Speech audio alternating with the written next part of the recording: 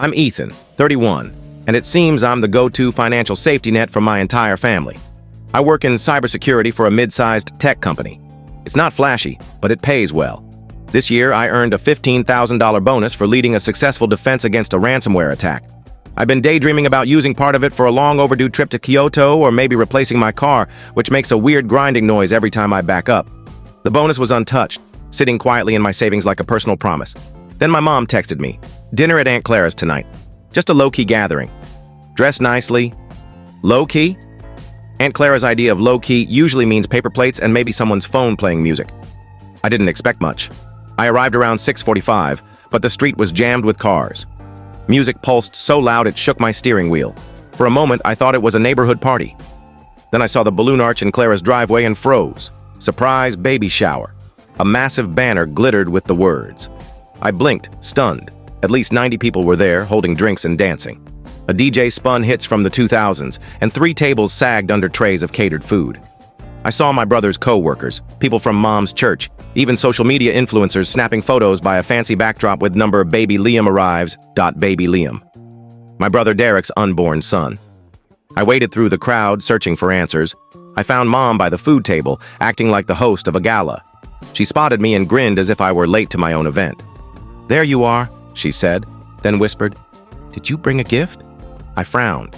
I thought this was just a casual dinner. She sighed dramatically. "Well, it is, just with extra love." I didn't smile. "Who paid for all this?" I asked, waving at the DJ, the food, the custom party favors with Derek's face on a cartoon baby. "Don't make a fuss, Ethan," she said, as if I'd asked a silly question. "It's for family. You wouldn't want your nephew's first big moment to be a letdown, would you?" Her tone made my stomach twist. I stepped back and checked my phone, opened my banking app.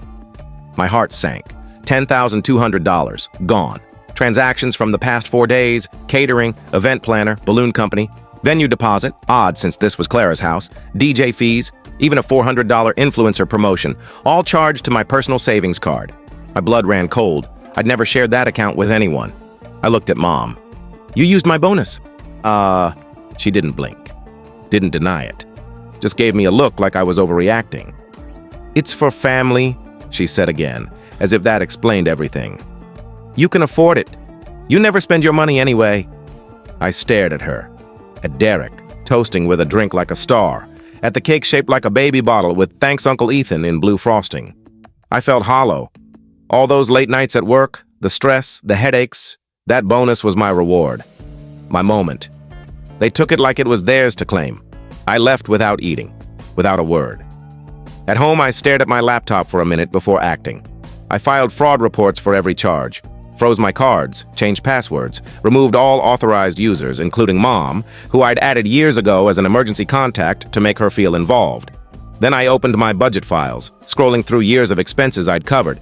Rent help, groceries, Derek's car payments, Dad's medical bills, even Mom's one-time church event that was actually a vacation. They called it family support. I called it expectation. I sent one email. Subject, "You crossed a line." I attached screenshots of the charges, fraud reports, and reversal confirmations. My note was simple. This wasn't yours to take. I'm done being your bank.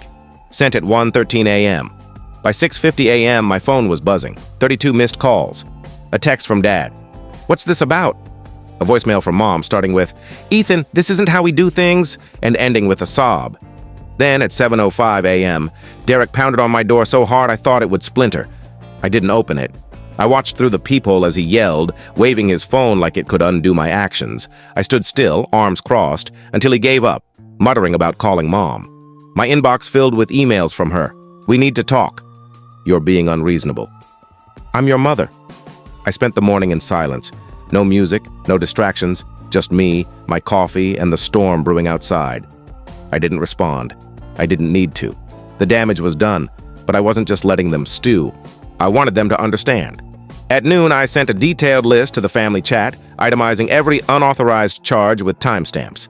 I highlighted the $400 influencer package and premium DJ services, 5 hours.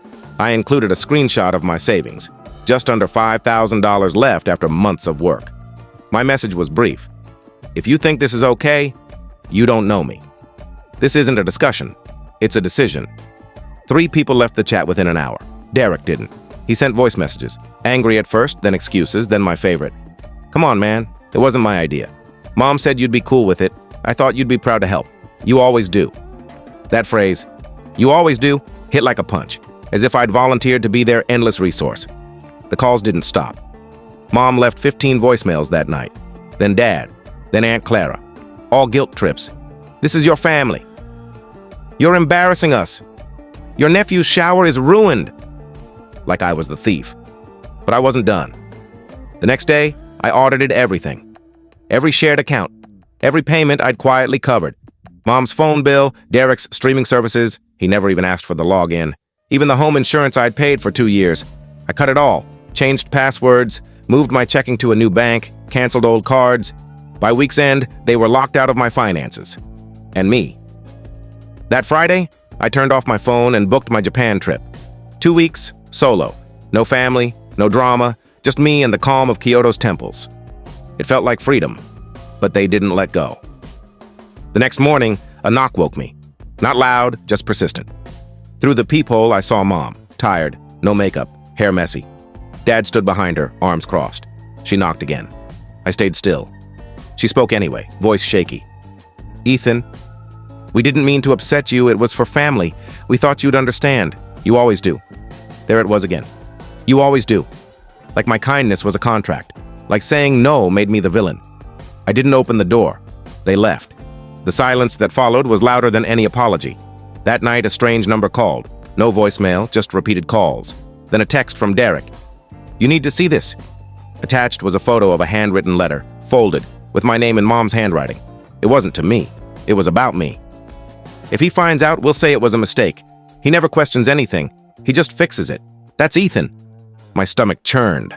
The letter continued, ink smudged like she'd written it in a rush. Derek says we should call it a surprise, but I used the money. I told the planner we had it. Ethan got that bonus. I'm not asking again. He'll forgive me. He always does. It's not stealing if it's family, right? I recognized the floral stationery from her old notepads. It was real. I didn't respond. Couldn't. It wasn't just the money. It was the calculation. They saw me as a tool. Then Derek sent another text. A screenshot of an email from Mom, sent after the shower. Subject, urgent, Ethan might know. The text, if he freezes the accounts before the refunds, we're screwed. Convince him it was a mix-up. Say I didn't know. He trusts you. Don't let him feel betrayed. If he cuts us off, we lose everything. Derek added, just found this. Didn't know she sent it. Do what you need to. I stared at it. They never thought I'd walk away. They thought I'd cave. But I was already gone. I printed the letter and email, filed them as proof. Not for a lawsuit, but for myself. To remember, I wasn't crazy. They chose this, they planned it. The attempts kept coming. Aunt Clara played the let's keep the family together card. Cousins texted, we're worried about you, and Mom didn't mean harm. Then came Mom's letter. 4 pages, no return address. Pages 1 and 2 were a mix of apologies and guilt trips, talking about raising us on a budget, how I was the dependable one, how she just wanted the shower to be special. No admission of theft or lies, just that she was disappointed I let money divide us. Page 3 hit hardest. We had no choice, Ethan. You have so much, and Derek struggles. If we didn't help him, who would? Like my success was their entitlement? Like I didn't deserve my own earnings? Page 4 was blank, just her signature. I shredded it. I started therapy. First session on Zoom, then in person. By the third, I was unpacking years of being the fixer, the quiet one, while Derek skated by. How my milestones, promotions, my apartment, a published article, were ignored or overshadowed.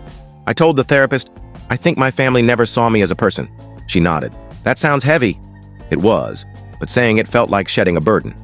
Weeks later, my bank refunded the $10,200. I set up identity theft monitoring, closed shared accounts, got a new number. The silence that followed was peaceful, not empty. I picked up photography again, went out more, stopped checking old chats. Guilt never came.